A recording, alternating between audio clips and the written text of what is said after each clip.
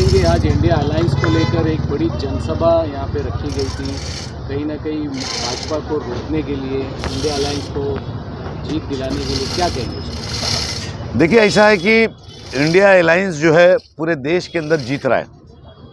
मोदी साहब 180 से के अंदर बीजेपी समट रही है देश में। आप देखिए कि जब समटने का टाइम आने लगा तो फिर बीजेपी का और आरएसएस का वही पुराना हथकंडा, हिंदू मुसलमान पाकिस्तान चले जाओ, बीफ कंपनियों से चंदा बीजेपी खाती है, इल्ज़ाम गौकशी का मुसलमानों पे लगता है। कितनी अफसोस की बात है। आप टनों टन में गाय भेज रहे हो जो इंडोनेशिया और यहाँ वहाँ मलेशिया सब जगह जा रही है ना, और गाली किसको दे रहे हो? मुसलमान को दे रहे हो। मैं तो भक्तों से ये निवेदन करना चाहता हूँ कि ज़रा पूछो कि बीफ का चंदा कौन लिया था, किसने लिया था? राहुल गांधी ने लिया था कि नरेंद्र मोदी जी की सरकार ने लिया था? तो इनका दोहरा मापदंड है मेरा। अब की बार इनको देश सबक सिखा देगा। आज भारी संख्या में महिलाएं, पुरुष यहाँ पे आज जनसभा में पहुंचे थे, तमाम राजनीतिक पार्टी के भी लोग यहाँ पहुंचे थे, क्या कहेंगे? देखिए, ऐसा है कि सारी पार्टी का अलायंस है, तो राष्ट्रवादी कांग्रेस, समाजवादी, मुस्लिम लीग, तमाम पार्टियां थीं, तो इसकी वजह से काफ़ी लोग जमा थे। हर पार्टी के भी कार्यकर्ता यहाँ पे मौजूद थे, तो सभा तो बड़ी होगी ही। फिर उस पर मैं शमीम भाई को मुबारकबाद देना चाहता हूँ कि उन्होंने काफ़ी मेहनत किया। तो थाने शहर के हमारे अध्यक्ष को भी मुबारकबाद देना चाहता हूँ कि उन्होंने काफ़ी मेहनत किया इस सभा को सफल बनाने के लिए। तो देश में तो हालात बदल रहे हैं, क्योंकि मणिपुर कोई भूला नहीं है। मणिपुर कोई भूला नहीं है। जिस तरीके से बीजेपी सरकार बलात्कारियों का साथ दे रही है, बलात्कार पे नरेंद्र मोदी जी बोल ही नहीं रहे हैं। छोटे छोटे मामले में बोल रहे, क्लाउड पे स्टेटमेंट दे रहे हैं ना। और गुजरात के अंदर बिल्किस बानो हत्याकांड के मुजरिमों को स्टेज पे बिठा के माला पिनाई जा रही है। ये आपका एडमिनिस्ट्रेशन था, आपका गुजरात था। मणिपुर के अंदर जिस तरीके से औरतों को नंगा और बरहना करके मारा जा रहा है, क्या हिंदू सनातन धर्म में यही सिखाया गया है? और आरएसएस ने क्या यही सिखाया है कि इस तरीके के दंगे करो और इस तरीके से महिलाओं का वो करो? मैं जानता हूँ जो विवेकानंद का हिंदू धर्म है, जो विवेकानंद का सनातन धर्म है, वही धर्म सही है। ये हाल ही में जो कलवा में एक सभा हुई, इसमें राज ठाकरे आए थे, मुमरा को लेकर कुछ विवादित बयान दिया, वहीं पर कुछ उत्तर भारतीयों को भी उन्होंने टारगेट किया, क्या कहेंगे? देखिए, राज ठाकरे ने आके वहाँ पे उत्तर भारतीयों को ये धमकी दिया कि आप मराठी सीखो। मैं खुद बोलता हूँ मराठी सीखना चाहिए, क्योंकि जिस स्टेट में रहते हैं वहाँ की लैंग्वेज को जानकारी रखना आपके लिए बेहतर है और समाज के लिए भी बेहतर है। लेकिन धमकी देना ये अच्छी बात नहीं है। इनका काम ही धमकी का, मनसे का काम क्या है? तोड़ फोड़ मार, ये मराठी में बोर्ड लगा, ये वो कर, है ना, और टोल नाका तोड़ फोड़ला, यही धंधा है इनका, और क्या है? इसीलिए तो अकेले बढ़ गए ना। कोई सब देखो, ये नौजवान जो लड़के होते हैं ना, ये जिनकी उम्र जो है वो 21 के और 30 के दरमियान होती है ना, ये तूफान में भी कूद पड़ते हैं। जैसा बोलते हैं ना कि नौजवानों से क्रांति आती है, तो उन्होंने एक बना लिया है ब्रैकेट। उन नौजवान बच्चों को गुमराह करते हैं, उनके ऊपर गुनाह दाखिल होता है। ये तो अपना कुंज के अंदर मस्त कुंज में ठंडी हवा खाते हैं और मराठी बच्चों के काम पे लगाते। मराठी बच्चों के रोजगार के लिए बात करो ना, उनके लिए नया रोजगार पैदा करने की बात करो ना, उनका कैसे रोजगार बढ़े वो सोचना चाहिए। बस यही है हिंदू मुसलमान और मुमरा का आतंकवाद। मैं एक चीज़ आपको आपके माध्यम से बोलना चाहता हूँ। इन्फ्लेटेशन जो होता है, हमारे बॉर्डर पे कौन है? फौज है। फौज किसके हाथ में है? ये सरकार के हाथ में है। तो इन्फ्लेटेशन क्यों नहीं रोका जाता बॉर्डर पे? ना बॉर्डर पे जब इन्फ्लेटेशन रोका जाएगा तो बांग्लादेशी शहर नहीं आएगा, कोई पाकिस्तानी यहाँ नहीं आएगा इस देश में, कोई श्रीलंकन नहीं आएगा, कोई म्यांमार से रोहिंग्या नहीं आएगा।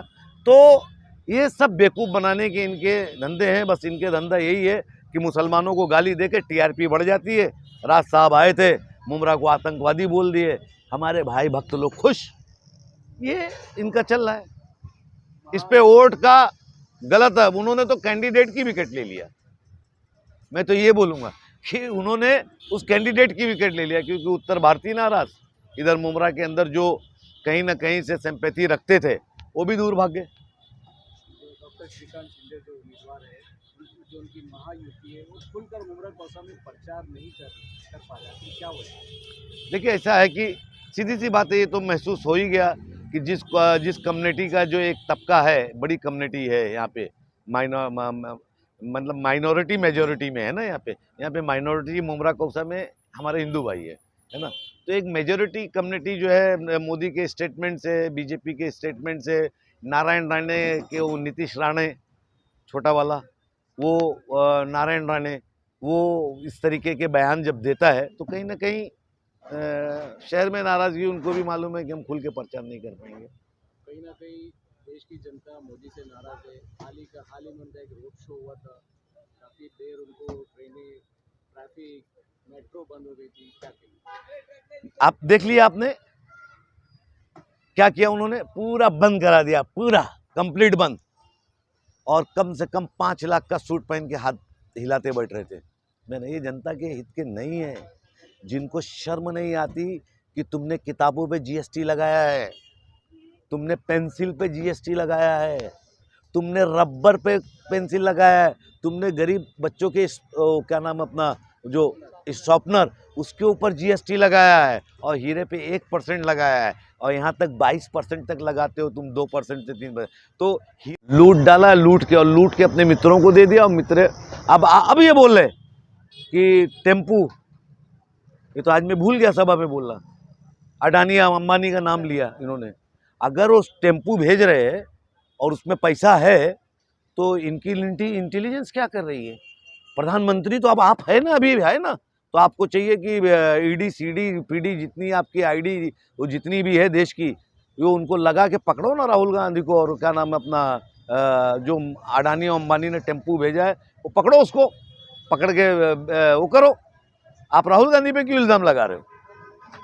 मोदी कुछ मुसलमानों से कुछ लगाव की बातें कर रहे हैं, उनका एक वीडियो भी जारी हो रहा है कि मेरे करीब में कुछ मुसलमान थे, उनके घरों से खाना आता था, और जब गाजा में जो जंग हो रही थी मैंने रुकवाया था, इस तरीके के बयान आ रहे हैं, क्या कहेंगे? ऐसा है कि मोदी जी से बड़ा झुट्टा इस देश में अब न पैदा हुआ था और न पैदा होगा, समझ गए आप?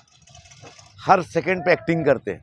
पहले चरण में देखे कि मामला गड़बड़ हो रहा है, दूसरे चरण में तो इन्होंने हिंदू मुसलमान पाकिस्तान सारी चीज़ें ला दिया, मंगलसूत्र ला दिया, बंटवारा ला दिया कि तुम्हारा खा जाएंगे मुसलमान, है ना, आबादी बढ़ा रहे हैं, फिर ये जिहाद वो जिहाद, सारे जिहाद ख़त्म हो गए, है ना। अब इनको जब समझ में आया कि देश जो है ना, जो राहुल गांधी बात कर रहे हैं ना, मोहब्बत की दुकान है ना, देश मोहब्बत से चल सकता है, तो इनके कहीं ना कहीं वो चीज़ कम पड़ रही है। तो अब इनको मुसलमानों की याद आ गई कि ईद में हमारे यहाँ खाना आता था। अरे यही चीज़ थी, तो आप मुसलमानों को तो पहले से शुरू से पैगाम देते थे आप, तो कहीं ना कहीं इस देश का मुसलमान जो है आपको कहीं ना कहीं मोहब्बत चाहने लगता था। अटल बिहारी वाजपेयी को कोई बुरा नहीं बोलता था ना, क्यों नहीं बोलता था? मुल्क के प्रधानमंत्री गुजरे, आज भी लोग अटल बिहारी वाजपेयी का नाम मुसलमान बहुत अदब से लेता है। क्यों? क्योंकि उन्होंने, ठीक है उनकी पार्टी की नीति थी, लेकिन उन्होंने इस तरीके का भी बयान नहीं दिए, कभी इस देश के लोगों को इस देश का नागरिक समझा, इन्होंने तो हमेशा अछूत समझा। अभी हाल ही में अभी आपने मंच से ऐलान किया, जो जिस तरीके से नोटिस मिला है आपके कार्यकर्ताओं को, तो आपने तो एक चुनौती भी दी पुलिस प्रशासन को। मैं राष्ट्रवादी का महासचिव हूँ, शरद पवार गढ़ का, प्रदेश का, उस नाते से मैंने पुलिस को ये चैलेंज किया है कि अगर इस शहर के सारे क्रिमिनल, चाहे फिर वो धनुष बाण के साथ हों, चाहे वो क्या नाम है अपना जिस भी पार्टी के हों, शिवसेना के हो, शिवसेना उनके हो, सबको आप तड़ीपार कीजिए।